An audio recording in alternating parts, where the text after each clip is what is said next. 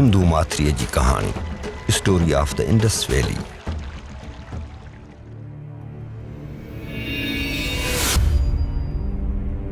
कायनात ऐं ज़मीन जो ॼमण, बर्थ ऑफ यूनिवर्स एंड अर्थ।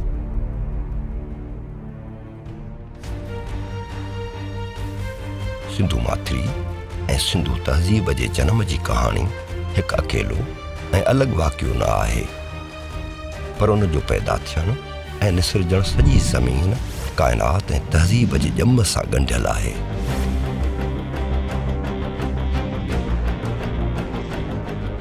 हिन समूरी कायनात में का बि शइ ऐं को बि ज़र्रो हिकु हंधि बीहे नथो, पर उहो हर वक़्तु हरकत कंदो रहे थो। संदसि का बि हालत या रूप हमेशह हिकिड़ो नथो रहे, पर वक़्त ऐं हालतुनि जे आधार उहो पंहिंजी शिकिल ऐं जाइ मटाईंदो रहे थो ऐं हर दफ़े नयूं ख़ासियतूं हासिल करे या विञाए थो।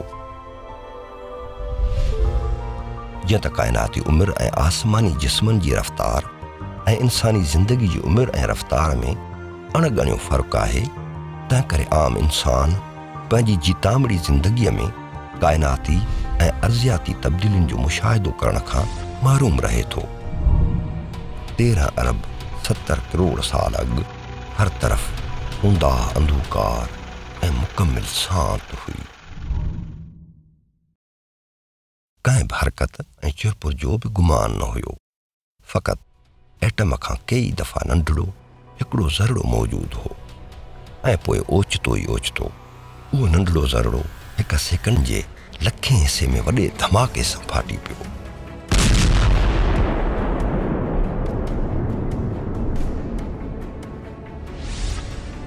उन धमाके सां जंहिं वॾी कुवत जनम वरितो, उहा हुई गर्मी यानी हीट ऐं तवानाई यानी एनर्जी। इन ई तवानाई ऐं गर्मीअ अॻिते हली सॼी काइनात खे रूप ॾिनो।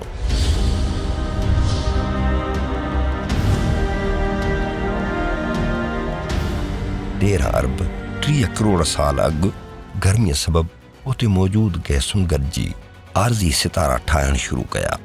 काइनात जे वजूद में अचण खां 9 अरब साल पोइ, यानी अॼु खां तक़रीबन 4 अरब 57 करोड़ साल अॻु, ग्रेविटी ऐं मेटल्स असांजे अॼोके सिज खे जनमु ॾिनो, जेको उन वक़्तु मिटीअ ऐं कुझु गैसुनि जो गुबार हो।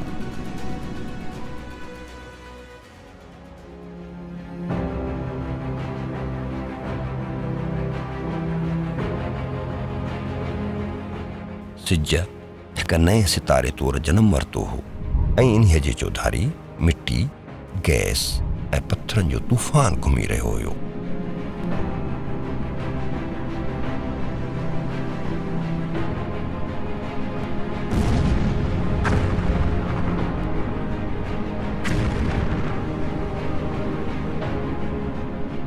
सिज जी तमामु वॾी कशिश उन गर्दो गुबार खे ग्रहनि जी शिकिल में गॾु कयो ऐं उहे सिज जे चौधारी घुमण लॻा।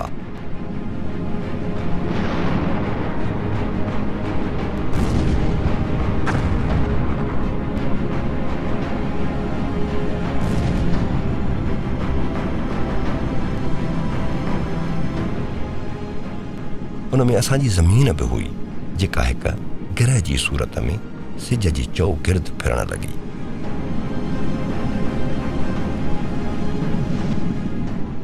उन वक़्तु सिज जे चौगिर्द ॿिया बि सवें ग्रह घुमी रहिया हुआ, जेके अॻिते हली घटिजी विया ऐं अॼु जे मौजूदु 8 ग्रहनि में गॾिजी विया।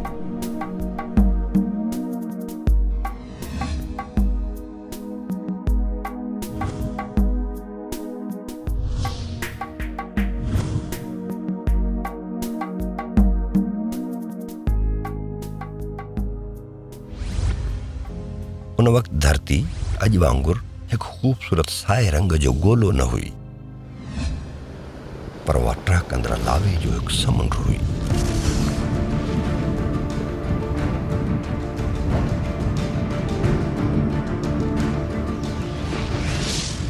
गर्मीअ जो दर्जो 12,000 डिग्री सेंटीग्रेड हुयो ऐं रुगो कार्बन डाइऑक्साइड, नाइट्रोजन ऐं ज़हरीली बाफ़ खां सवाइ कुझु बि न हुयो।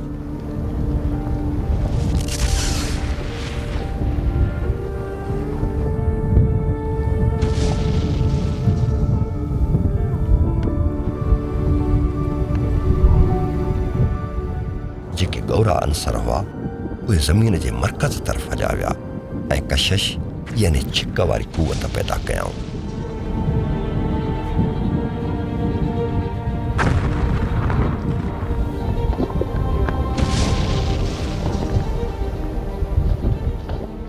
जॾहिं त हल्का अंसर मथा छिरे ते रहिया ऐं अॻिते हली धरतीअ जो मथियों तह यानी क्रस्ट पैदा कयऊं।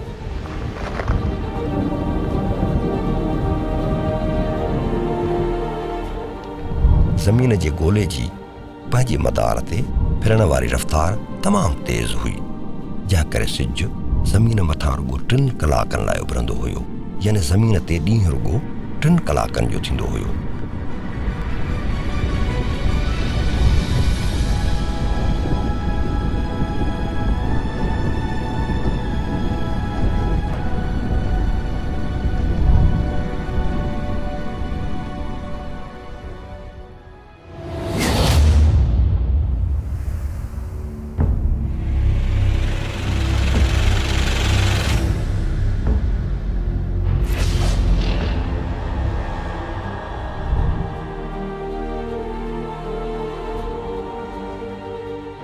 धरतीअ जे पैदा थियण खां जल्दी पोइ 4 अरब 53 करोड़ साल अॻु मरीख़ जी साइज़ जो हिकु गिरह 15,000 किलोमीटर फ़ी सेकंड यानी गोलीअ जी रफ़्तार खां 20 भेरा वधीक तेज़ीअ सां धरतीअ तरफ़ आयो ऐं उन सां टकराइजी वियो।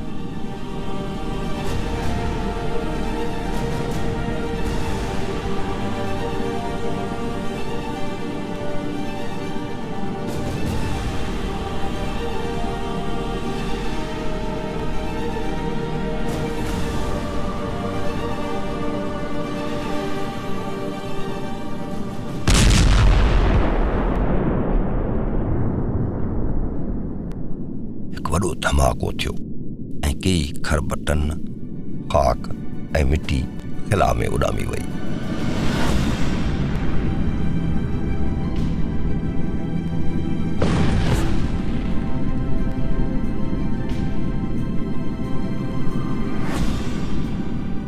हज़ारें सालनि जी कशिश वरी कमु कयो ऐं जॾहिं खाक ऐं पत्थर हिक ॿिए जे वेझो थिया त 3000 किलोमीटर वेकिरो हिकु ॿियो गोलो धरतीअ जे भरिसां ठही वियो ऐं धरतीअ जे चौधारी गर्दश करणु लॻो। उन गोले खे असां चंड चऊं था, जेको उन वक़्तु ज़मीन खां 22,000 किलोमीटर परे गर्दश करे रहियो हुयो ऐं हाणे उहो 4 लख किलोमीटर परे खां गर्दश करे रहियो आहे।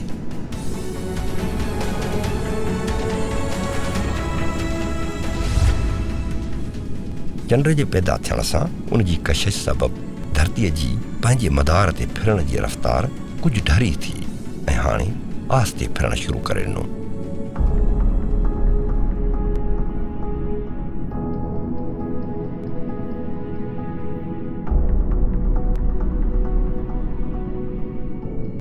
सिज धरतीअ मथां 6 कलाक उभरणु लॻो, यानी धरतीअ ते ॾींहुं हाणे 6 कलाकनि जो थी वियो।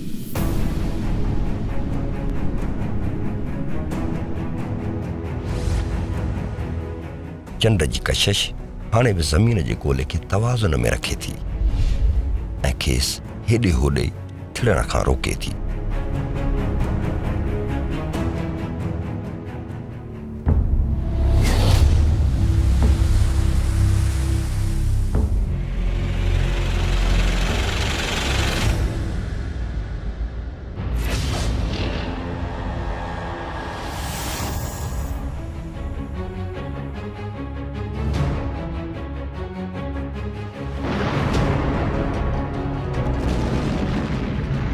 तक़रीबन 4 अरब 11 करोड़ साल अॻु ज़मीन मथां नंढड़नि शुहाब साकबनि जी बरसाति वसणु शुरू थी वई, जेका 2 करोड़ सालनि ताईं वसंदी रही।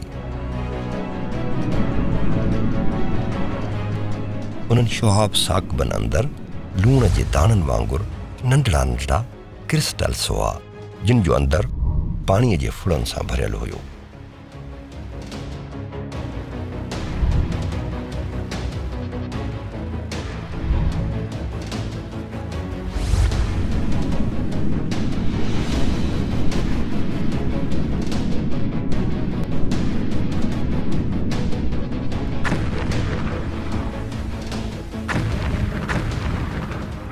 2 करोड़ सालनि अंदरि उन बरसाति जे करे ज़मीन ते पाणीअ जा दुॿागर थी विया ऐं कुझु पाणी ज़मीन जे पथरनि अंदरि बि समायल हो, जेको धरतीअ जे हेठिएं तह मेंटिल जे मुख़्तलिफ़ वक़्तनि ते फाटी निकिरण सां ॿाहिरि आयो, पर घणो शुहाब साकबन ऐं पछड़ तारनि वसीले पहुतो।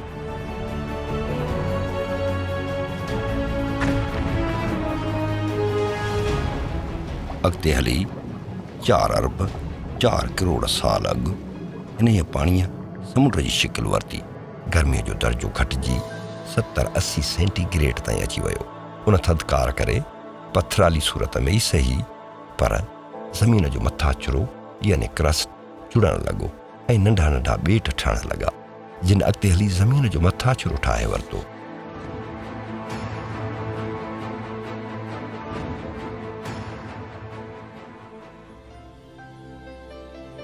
अॼु असां जेको पाणी जो ढुक पियूं था या समुंडनि ऐं दरियाहनि अंदरि जो पाणी आहे, उहो अॼु खां अरबें साल पुराणो आहे, जेको शुहाब साकबन वसीले असां ताईं पहुतो आहे।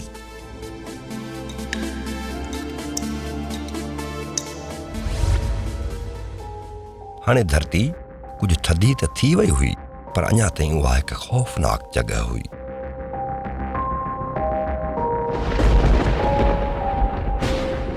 जिथे घुलंदड़ हर तूफ़ान अॼु जे सामूंडी तूफ़ाननि खां 100,000 दफ़ा वधीक तेज़ हो ऐं हर शइ खे तहस नहस करण लाइ काफ़ी हो।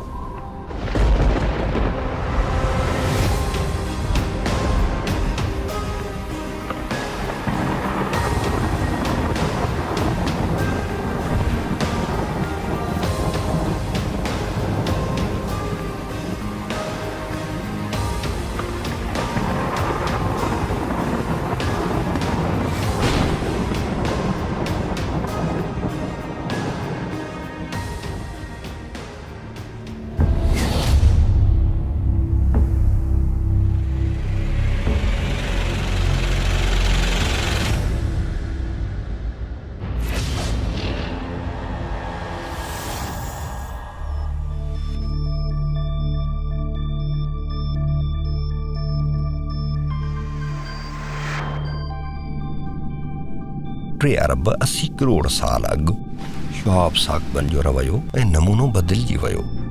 हाणे उहे तेज़ीअ सां वसण लॻा ऐं समुंडनि वारे पाणीअ में ॻरी भुरी केतिरा ई कीमियाई मादा ऐं नमकियात यानी मिनरल्स पाणी में छॾण लॻा।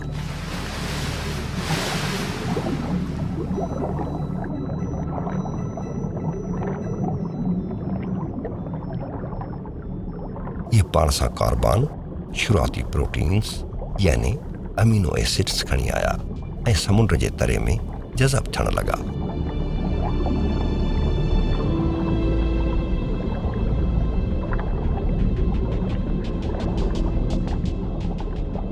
उन्हनि कीमियाई मादनि ऐं अमीनो एसिड्स जी समुंड में मिलावट हिकु केमिकल सूप खे जनम ॾिनो।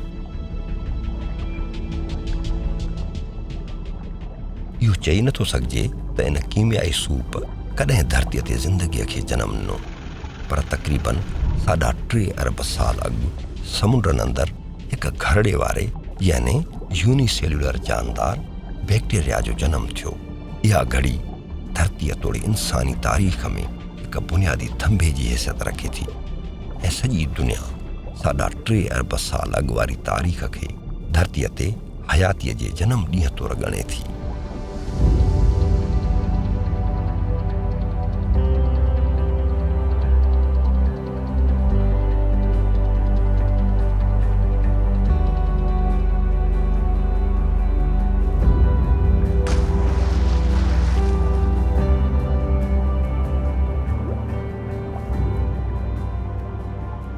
बैक्टीरिया जल्दी पाणी में गॾिजी कालोनियूं ठाहे वरितियूं, जिन खे एस्ट्रोमेटोलाइट्स सॾियो वञे थो।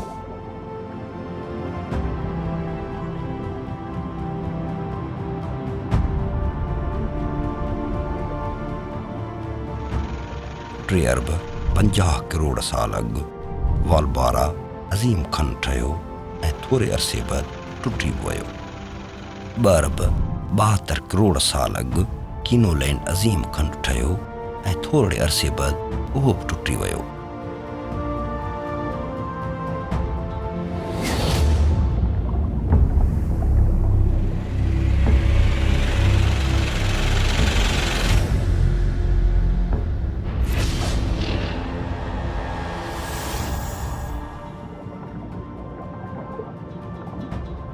अढाई अरब साल अॻु उन्हनि बैक्टीरियाउनि जादूअ जो कमु कयो जो हुननि ऑक्सीजन पैदा करणु शुरू कई। हिननि फोटोसिंथेसिस जे अमल तहत सिज जी रोशनी वसीले कार्बन डाइऑक्साइड ऐं पाणीअ खे ग्लूकोस में तब्दील कयो ऐं ऑक्सीजन बि पैदा कई। हिननि बैक्टीरियाउनि आहिस्ते आहिस्ते सॼनि समुंडनि खे ऑक्सीजन सां भरे छॾियो।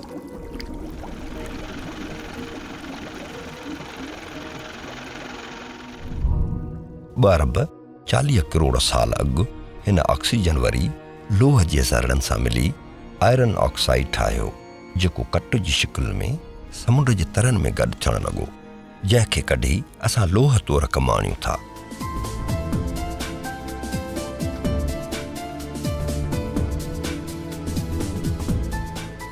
लोह अॻिते हली इंसानी ज़िंदगीअ में तामीर ऐं तरक़ीअ जो हिकु इनकलाब बर्पा करे छॾियो। इन ई लोह सां इंसान पुलियूं, डिघियूं इमारतूं, मशीनरी, हथियार ऐं ॿियो घणो कुझु ठाहे थो।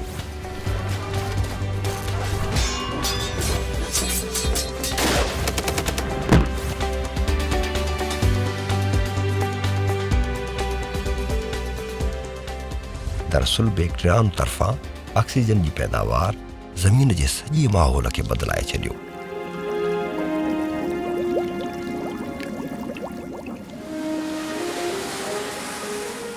हर साह खणण सां असांखे उन्हनि बैक्टीरियाउनि जो थोराइतो हुअणु घुरिजे।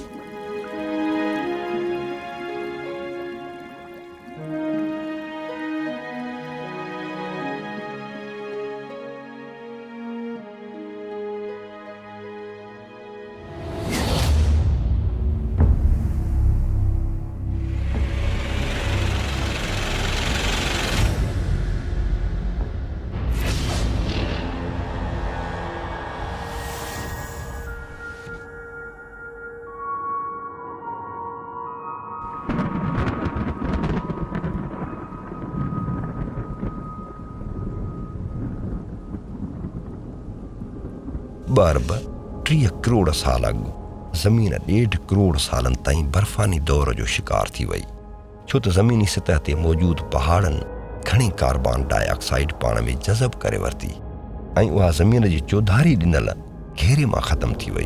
तंहिं करे ज़मीन जी गर्मी ज़मीन जे वायुमंडल में फासी न सघी, छो त कार्बन डाइऑक्साइड गर्मीअ खे ॿाहिरि वञण खां रोकींदी आहे। तंहिंखां सवाइ उन वक़्तु ज़मीन अंदरि लाहो कढण जो अमल बि सुस्त थी वियो हो। सॼी गर्मी ख़िला में निकिरी वई ऐं ज़मीन घणी थधी थी वई।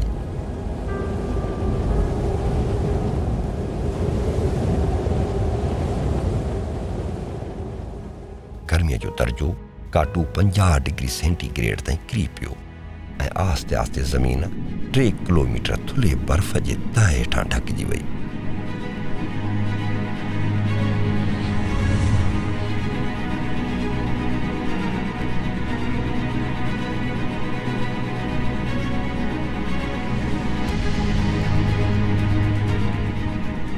इन हालत में अचण ते ज़मीन खे बर्फ़ जो गोलो यानी स्नोबॉल करे छॾियो वञे थो।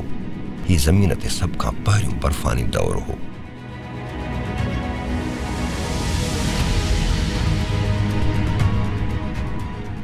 बर्फ़ हेठां 1.5 करोड़ सालनि ताईं लाहो कढ़ंदो रहियो ऐं जॾहिं गैसूं घणियूं वधी वयूं त लाहो धमाकनि सां ॿाहिरि निकिरी आयो।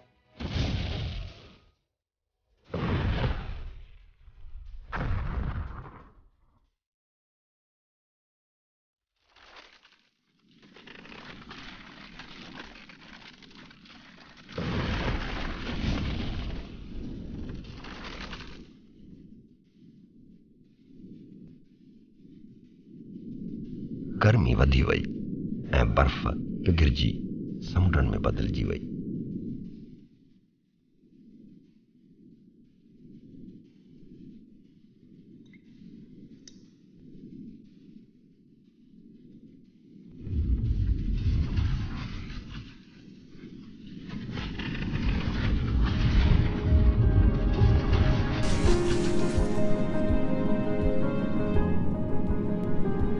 गर्मीअ जो दर्जो हाणोके ऊन्हारे जेतिरो थी वियो। पंहिंजे मदार ते फिरण वारी ज़मीन जी रफ़्तार अञा घटि थी वई। हाणे ॾींहुं 16 कलाकनि जो थियण लॻो।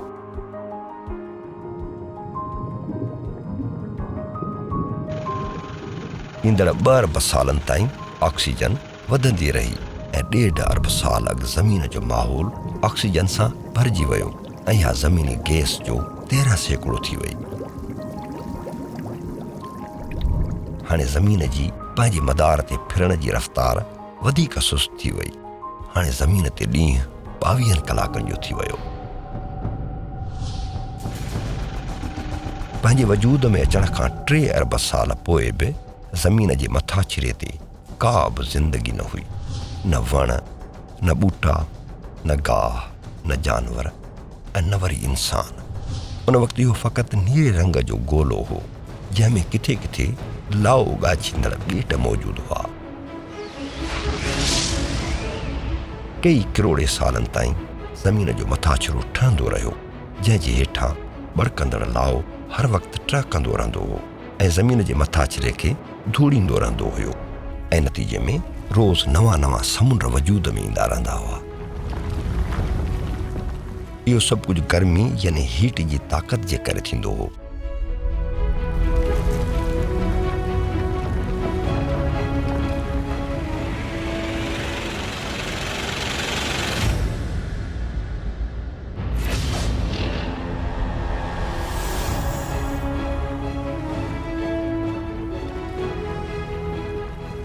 अॼु खां 1 अरब 82 करोड़ साल अॻु ख़ुश्कीअ जा नंढा नंढा टुकड़ा गॾिजी विया ऐं हिकु क़दीम अज़ीम खंड यानी सुपर कॉन्टिनेंट खे जनम ॾिनऊं जंहिंखे कोलंबिया सॾनि था।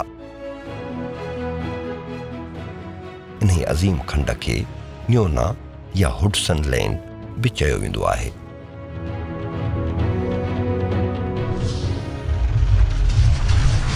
अॼु खां 1 अरब 50 करोड़ साल अॻु अज़ीम कोलंबिया खंड बि वरी केतिरनि ई टुकड़नि में विरहाइजी वियो।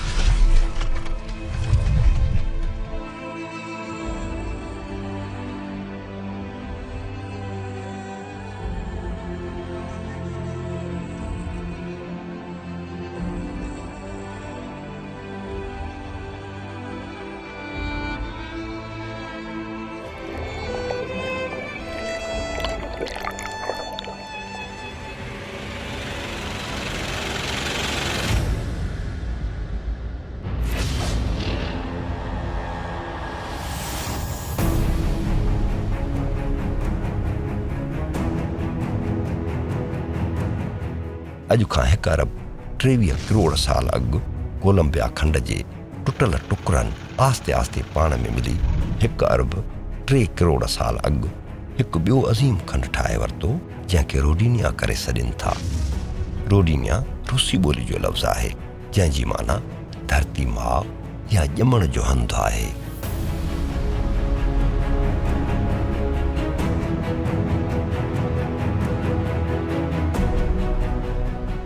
अरब साल अॻु समूरा समुंड ऑक्सीजन सां भरिजी विया। माहौल में ऑक्सीजन 15 सैकड़ो खां वधी वई हुई। हाणे बहितर ऐं ॻुथियल ज़िंदगीअ लाइ माहौल साज़गार थी वियो।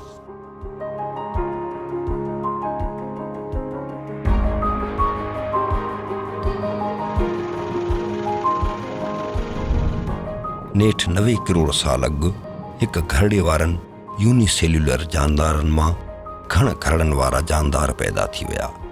अहिड़ी तरह अॻिते वॾनि जानदारनि जी पैदाइश लाइ बुनियादु पइजी वियो।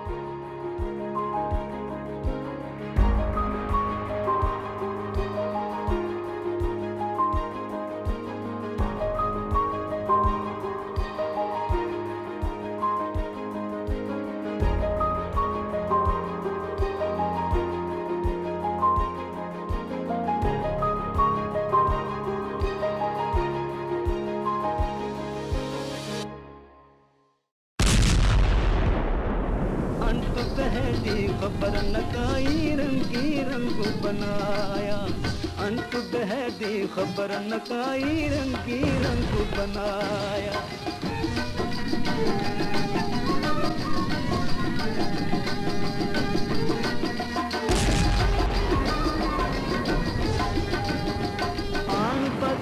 गरबाजी पथरी पुतला जोड़ बनाया, आन बाजी गरबाजी पथरी पुतला जोड़ बनाया।